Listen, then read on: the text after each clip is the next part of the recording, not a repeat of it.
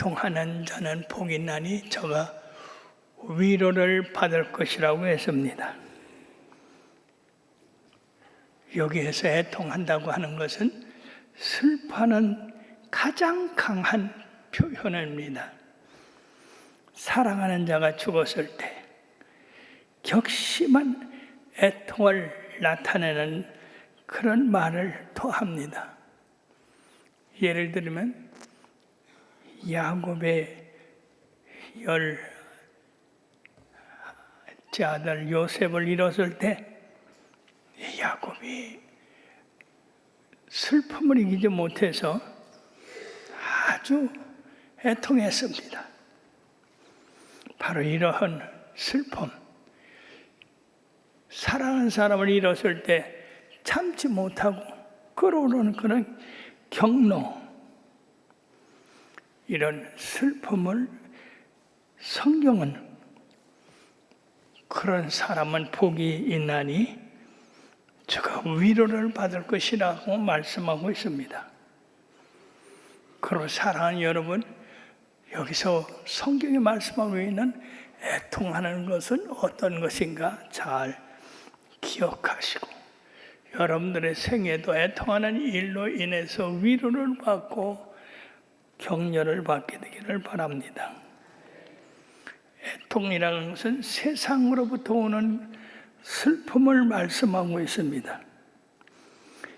이것은 세상이 닥치는 모든 쓰라린 슬픔을 말씀하고 있습니다.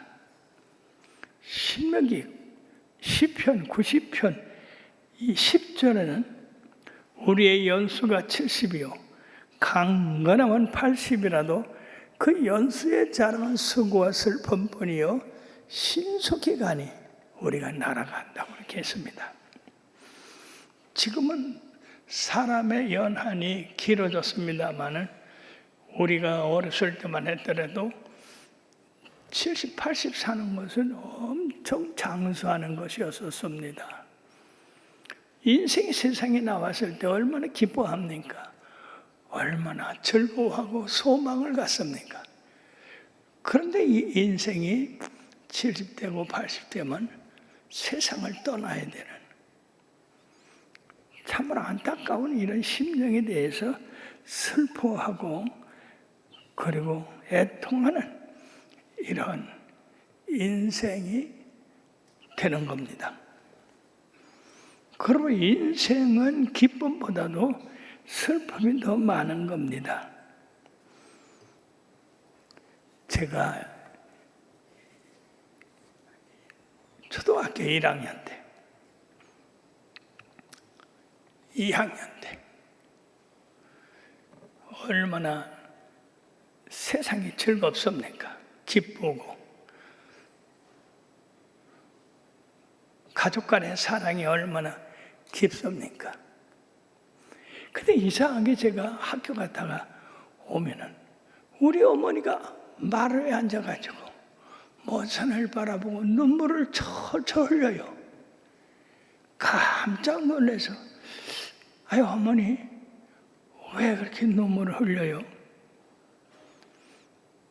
눈물을 그냥 흘리는 것 같다 아니도 눈에서 쫄 눈물이 흘러내리. 너무 이상했어요. 어머니가 그렇게 울 리가 없는데. 그러면 어머니께서 얘야 세상이 슬프다. 저는 그걸 이해를 못했어요. 세상이 슬퍼서 그렇게 눈물을 흘리고 계셨어요. 특히 앞에는 공동묘지거든요. 공동묘지 산들을 바라보고 그렇게 우셨어요. 그 후에 어머니가 저 외덕동 지금의 우암동 그쪽에 부흥회가 열렸거든요.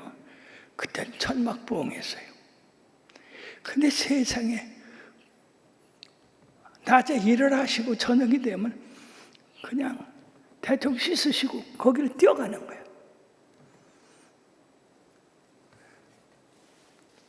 한 번을 따라가 봤더니 왜 이렇게 멀어?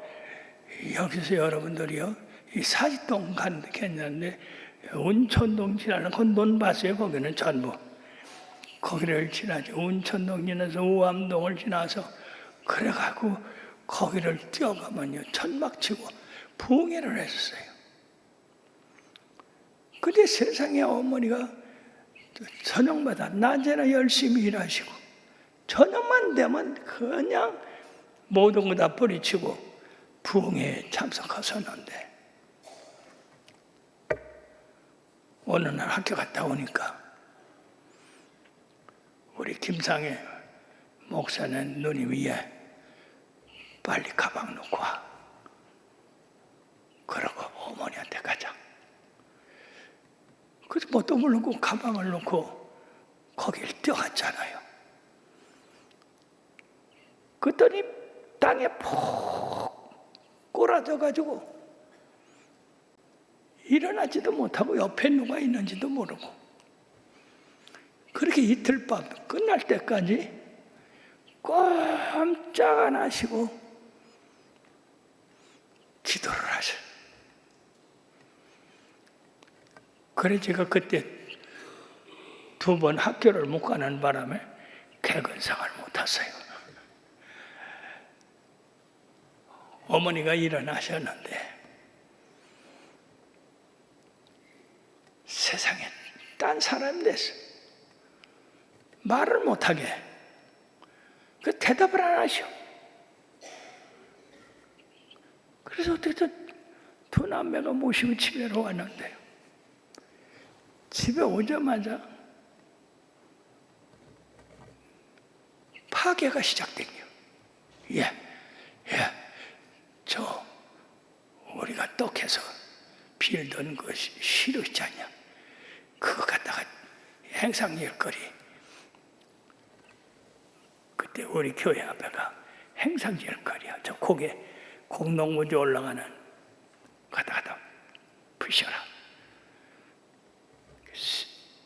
그 깨끗한 시루, 떡해 먹는 시루를 그래서 되겠어요? 갖다 부셔. 귀신이 섞이던 거야. 거기서부터 시작을 해가지고 또 이 조그만 사발 밤 12시만 되면 북두 질서 보고 절하던 그거 갖다 부시고, 나중에는 부엌에 하나밖에 없는 그 항아리 그거 갖다 부시라고 해서 어머니 이것만은 그만두죠. 아니다, 부셔라. 그래가지고 가난한 집에 살림살이고 믿게 되는 거 그걸 갖다 다 부셨어. 어쨌든 간에 어머니 말대로 갖다 부셨는데 개운하긴 하더라고. 성령이 어머니 마음에 들어오시니까 과거에 귀신 섬기던 그 그릇들이 다 저주스러웠었던 겁니다. 그래가지고 하나같이 그 가난한 집에 파내기 하나 없이 다 때려부셨어요. 그러고 어머니 모시고 새벽 기도를 다녔는데 어느 정도 이제 안정이 되니까 그때서부터 말이에요. 어머니가 전도를 하기 시작하는데 하루 동안에 시간이 없어요. 언제 아침이든지 점심이든지 저녁이든지 시간만 나면 가서 전도를 하시는 겁니다. 그리고 또 담대하게 우리 내수동에 좀 잘 사는 집에 부인이 병 들었는데 그 집에 가서 예수 믿으면 난다고 손을 얹고 기도를 하시는 거예요. 그렇게 해서 이 동네에 복음이 퍼지게 됐습니다. 놀라운 것은 그렇게 마음에 슬퍼하고 세상에 슬프다 하던 그 어머니, 그럴 수밖에 없었던 것이 새벽에서 일어나서 밤중까지 일을 해도 가난이 벗어나지 아니하고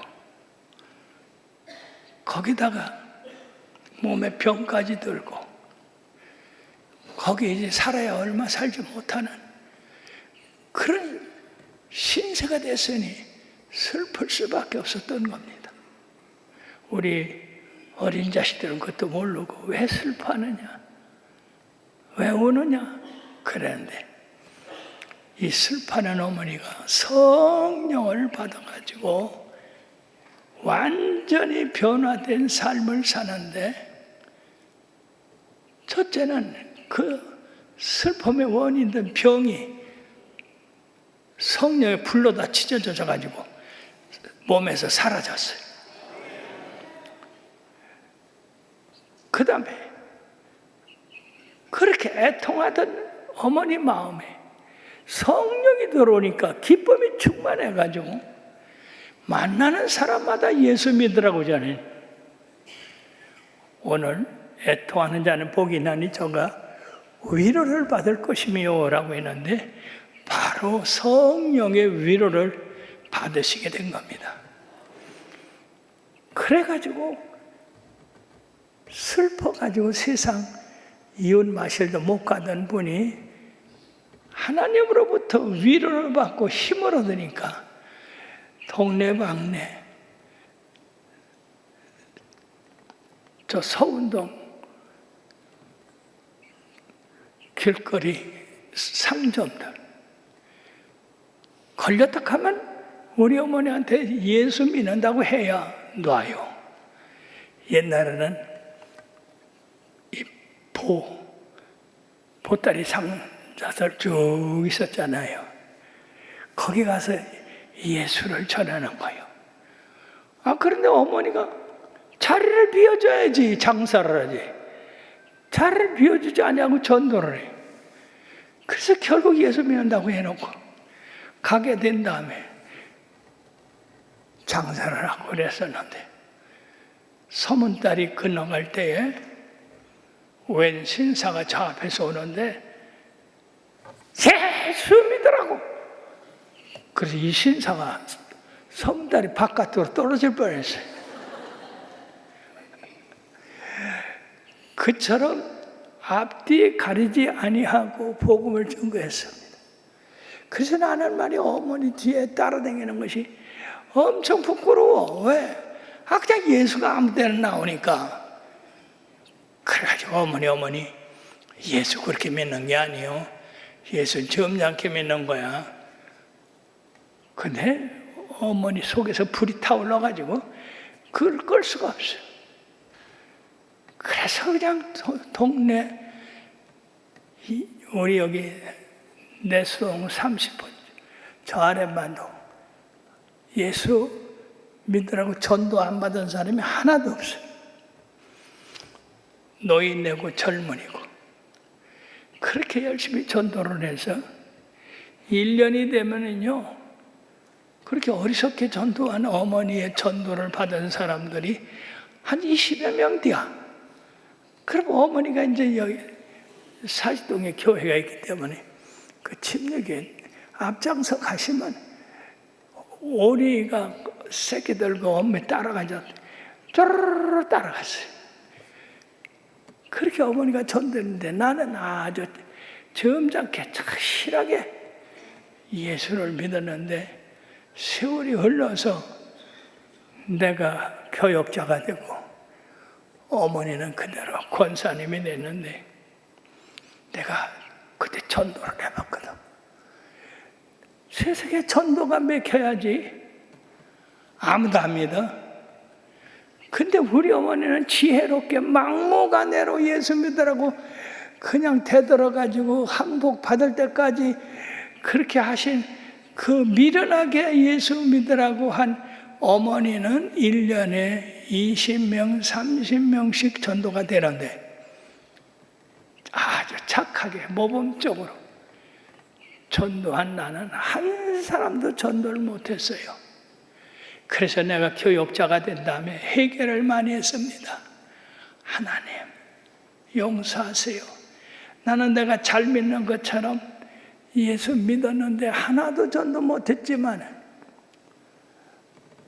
앞뒤 가리지 아니하고 예수 전도한 어리석은 우리 어머니는 20여 명씩 전도를 했습니다.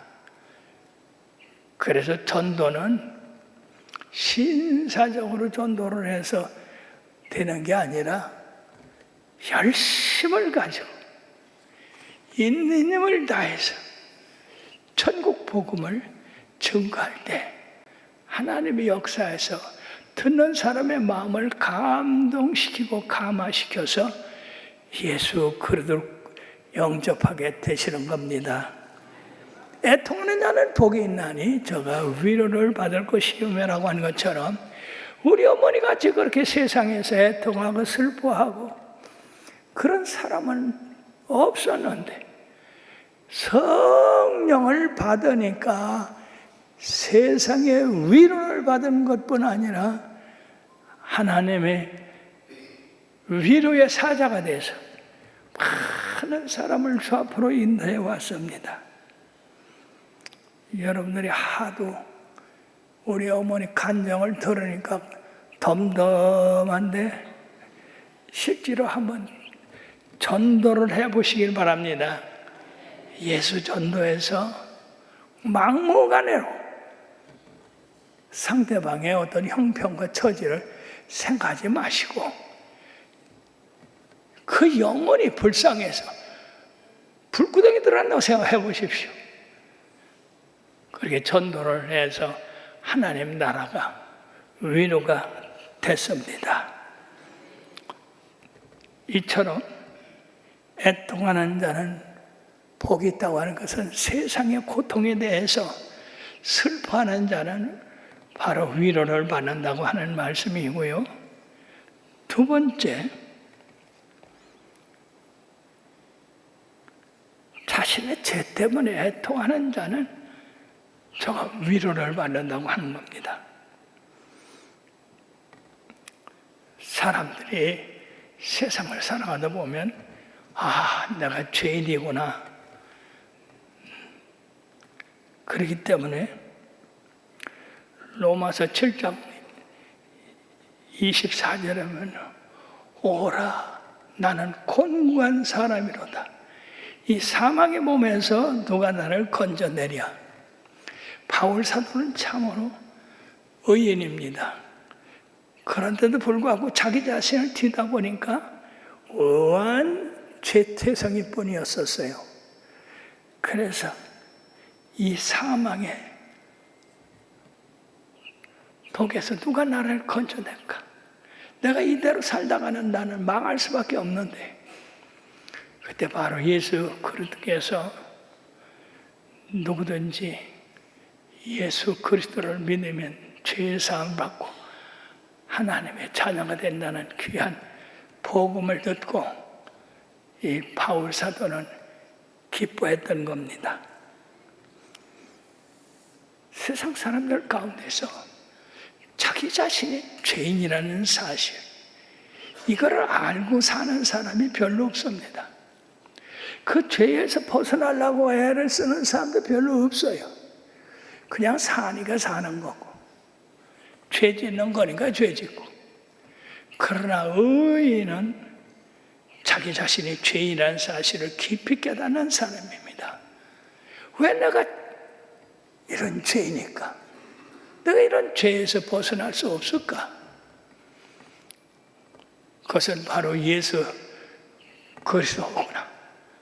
누구든지 그리스도 안에 있으면 새로운 피조물이라. 보라, 지난 것은 지나갔으니 새로운 피조물이 됐다. 베드로는 자신의 죄인이라는 사실을 별로 몰랐습니다. 자신의 그 의지만 가지고 예수 잘 믿고 주님을 무엇보다도 사랑하고 따른다고 생각했습니다. 예수님께서 여기 있는 모든 사람들이 오늘 밤에 나를 버릴 것이다 라고 했을 때 예수님 무슨 말씀을 합니까? 다른 사람이 다 버려도요, 나는 주님 버리지 않습니다. 네가 오늘 밤에 나를 3번 부인하리라. 주님, 내 목숨이 달아난다 할지라도 내가 어찌 주님을 부인하겠습니까? 나는 목숨이 달아난다 할지라도 주님 부인하지 않습니다. 그때 예수님께서 놀라운 말씀했습니다. 오늘 닭이 울기 전에 네가 나를 3번 부인하리라. 아이고 주님, 내가 죽는 데까지 주님 위해서 산다 하는데 어찌 주님을 3번씩이나 부인한다는 말입니까? 결과적으로 예수님은 그 대제사장이 보낸 깡패들, 그들에게 붙들려서 가야바의 뜰에 붙들려 갔습니다. 예수님이 붙들려 갔을 때 베드로는 그 무리들과 싸워서 예수님을 구원해내기 위하여 싸웠지만 결국 예수님의 만류로 그는 칼을 다시 꽂아야 됐습니다. 베드로야, 칼을 쓰는 자는 칼로 망하느니라. 칼을 도로 까져라. 결국 베드로는 주님을 위해서 싸우려고 했지만 싸움도 못했어요. 주님이 말리셔서. 주님이 가야바의 뜰에서 신문을 받으실 때 어떻게 베드로는 그 뜰에 들어가게 됐습니다. 그때 그 가야바의 여종 하나가 베드로를 알아보고, 야, 너 오늘 저녁에 거기 있었지? 아니야, 나 거기 없었어. 그래서 그 아랫뜰로 내려갔더니 아랫뜰에 있던 종들이, 야, 오늘 저 예수 붙잡으러 갔을 때 너 봤어? 너 거기 있었지? 무슨 소리를 하는 거냐? 부인 2번 했어요. 3번째, 베드로가 말고의 귀를 떨어뜨렸을 때 그 떨어진 귀를 맞춰주신 분이 주님이신데 그 귀가 떨어진 친족 중에 하나가, 야, 우리 친족 중에 너 칼로다가 귀를 떨어뜨린 바로 그 사람 아니야? 그때 베드로는 아니야. 그러고 물러섰어요. 이제 아무도 없습니다. 그때 세상에 닭이 꺾여 닭이 3번이 울었어요. 그때서야 베드로는 자기가 예수님을 어떻게 부인하고 자기 자신이 어떻게 배반하는지를 깨닫게 돼서 바깥에 나가서 심히 통곡하고 울었다고 했습니다. 사랑하는 여러분, 우리가 진실로 주님 따르려면 자기 자신에 대한 부인, 자기 자신에 대한 이런 깨트림이 있어야 됩니다. 야, 내가 이거밖에 안 되는구나. 내가 주님을 위해서 죽어? 죽기는 이 사람아, 조그만 여종 앞에서도 내가 예수님 모른다고 했는데 어떻게 예수님을 위해 죽느냐? 야, 이게 베드로다. 오호라. 나는 곤고한 자로다. 누가 이 사망의 독에서 나를 구원해낼까? 사랑하는 여러분, 이런 베드로의 자기 자신에 대한 자아가 깨트러지고 믿음이 깨트러지고 온전히 나는 아무것도 아니다. 주님이 나를 붙잡아 주시지 않으면 내가 바로 설 수 없다. 그러한 자아 파괴가 올 때 우리는 진실로 예수님을 따를 수가 있어요. 그러나 뭔가 내가 못했다. 나는 뭐 할 수 있다. 나는 주님을 위해서 이렇게 할 수 있다. 이 벌써 실패입니다.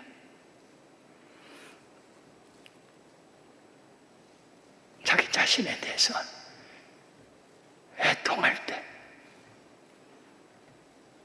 저가 위로를 받는다고 했습니다. 뿐만 아니라 다른 사람 죄 때문에 고통당하는 사람들이 있어요. 나는 착하게 살고 의롭게 살지만은 다른 사람의 죄를 짓고 범함으로 말미암아 그것으로 말미암아 세상이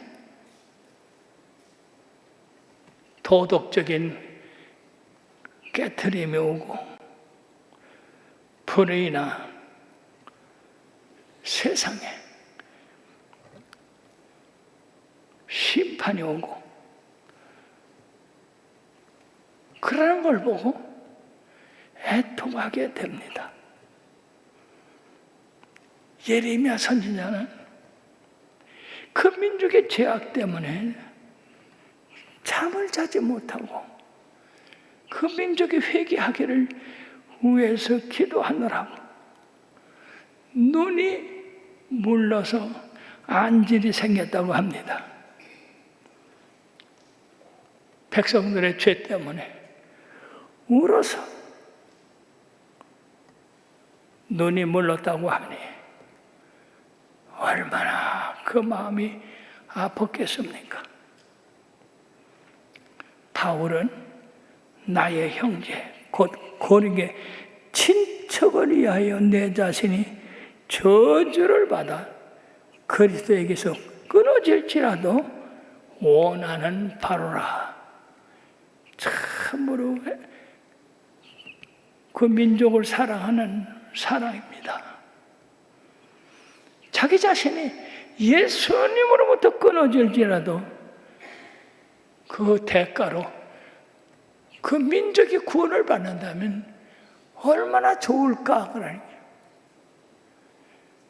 즉 바울 사도는 내가 죽어서 유대인들이 구원받는다면 이것이 얼마나 좋을까 하는 그런 마음이었던 겁니다.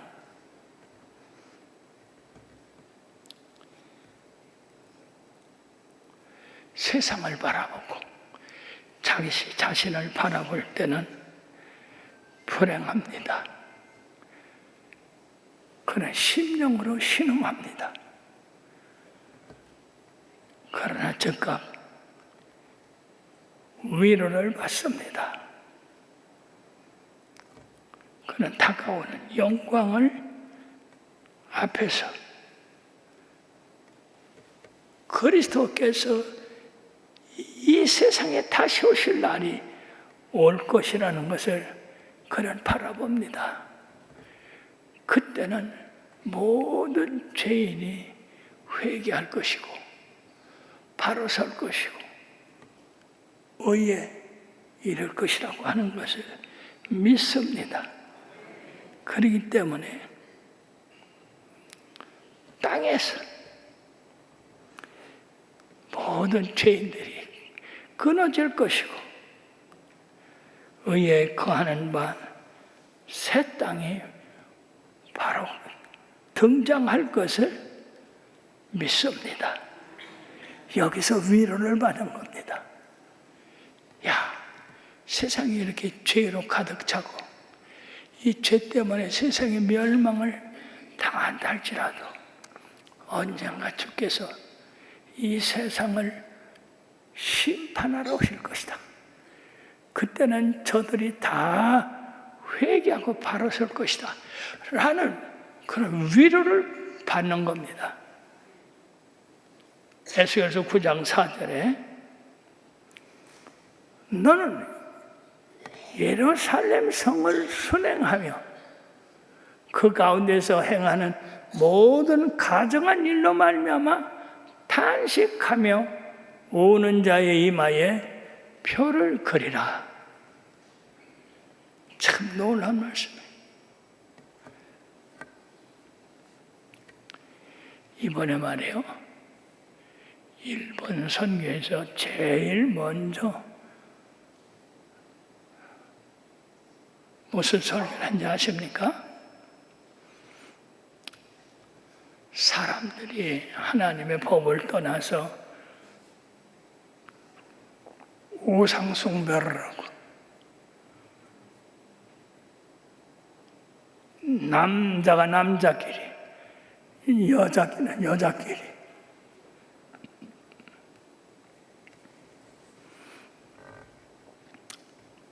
동성연애, 동성결혼 이런 것들을 하는데 이거는 하나님의 진노하는 일이다. 그래서 우리들에게는 이게 평범한 얘기 아니에요. 동성연애, 동성결혼. 우리는 이거 하나님 말씀에서 떠난 얘기예요. 근데 말씀 끝나고요, 너무나 많은 사람들이 저한테 와서 목사님, 그런 설교 또 해달라. 왜냐니까 거기 선교대에 오는 목사님들 가운데에서 동성연애자, 그런 죄종들이 있다니까. 그래서 아마 큰 충격을 받았을 것이라고 하고, 아니 어떻게 주의 종들이 동성연애, 동성결혼을 생각을 하고 종교 다원주의를 생각을 해서 모든 종교는 같다 이런 생각을 하느냐 말이에요. 그래서 큰 충격을 받았습니다 라고 하는 얘기를 들어봤어요. 하나님의 말씀에서 떠난 그런 삶을 사는 사람들 때문에 탄식하며 우는 사람들이 있어요. 사랑하는 여러분들도 하나님의 말씀에서 떠난 삶을 사는 사람들을 불쌍히 여겨 긍휼히 여기셔서 그들이 주님 앞으로 다시 돌아오도록 힘써야 될 줄 믿습니다. 지금 세상은 이상한 세상이 됐어요. 하나님의 법을 버리고 사람들의 생각과 사람들의 법을 지키라고 하고 있어요.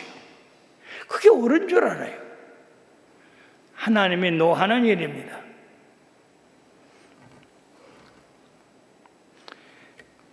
그러므로 애통하는 자가 위로받는다고 했는데, 이 애통하는 자는 온전한 것으로 덧입기 위하여 소망하며 애통하는 자입니다.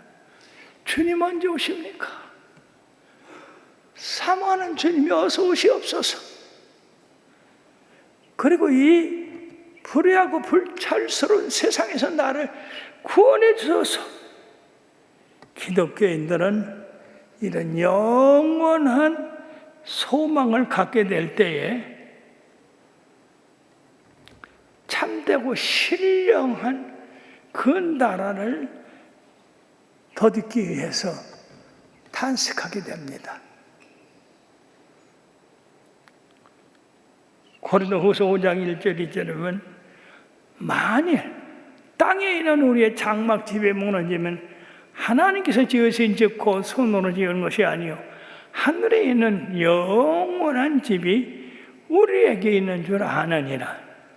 참으로 우리가 여기서 탄식하며 하늘로부터 오는 우리 처소로 덧입기를 간절히 사모하노라. 즉 진정한 의를 추구하는 사람은 주님이 빨리 오시기를 기대하는 겁니다. 보라, 내가 속히 오리니 내게 줄 상이 내게서 각 사람에게 그가 행한 대로 갚아 주리니 나는 알파와 오메가요 처음과 마지막이라 시작과 마침이라.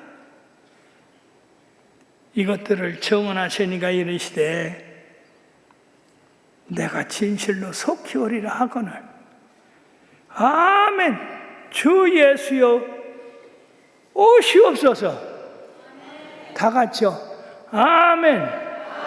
주 예수여 오시옵소서. 아멘. 마라나타. 예. 이 세상을 바라볼 때 나 자신도 이웃도 세상에 전부 불의에 쌓여 있기 때문에 우리 주님 오실 때 모든 것이 다 깨끗해지고 하늘의 영광으로 가득 차게 될 텐데 그렇게 되기를 속히 바라보는 것이 애통하는 자는 복이 있나니 저가 위로를 받을 것이며라고 한 말씀입니다. 사랑하는 여러분들이 세상이 슬프더라도 주님의 말씀에 위로를 받고 힘을 얻게 되기를 주의 이름으로 축원합니다.